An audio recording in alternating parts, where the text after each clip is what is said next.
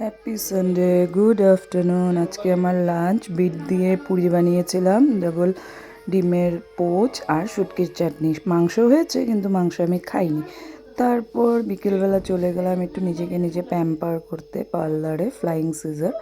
তো একটু স্পা করলাম, চুলটাকে একটু কাটিং করলাম, করে নিজেকে অল্প সাজুগুজু করলাম। না করলে তো হয় না, একটু তো সাজুগুজু করা দরকারই। চুলগুলো আমার বিরাট রাফ হয়ে গেছিলো। তো যেটা আমার এটা মান্থলি রুটিন স্পা করার, মাসে একটা করে করি, তো ওইটাই গিয়েছিলাম।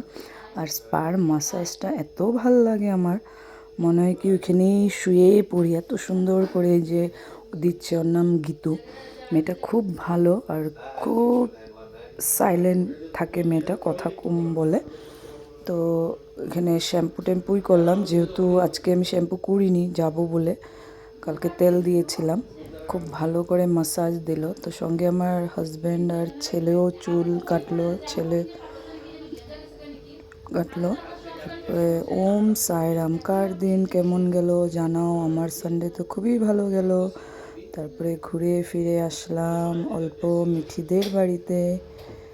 তো সবাই কি করলে সানডে, কি কোথায় গেলে, ঘুরে ফিরে অল্প মিঠিদের ঘরে আসলাম। তো মিঠি গুল্লুদের জন্য অল্প মোমো নিয়ে আসলাম, যেহেতু বিকেলবেলার টাইম ছিল।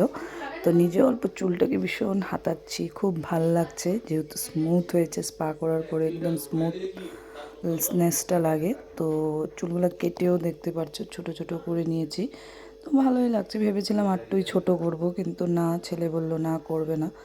তো ওই আর অল্প ফটো দিলাম। তো আমার দিন খুবই ভালো গেল।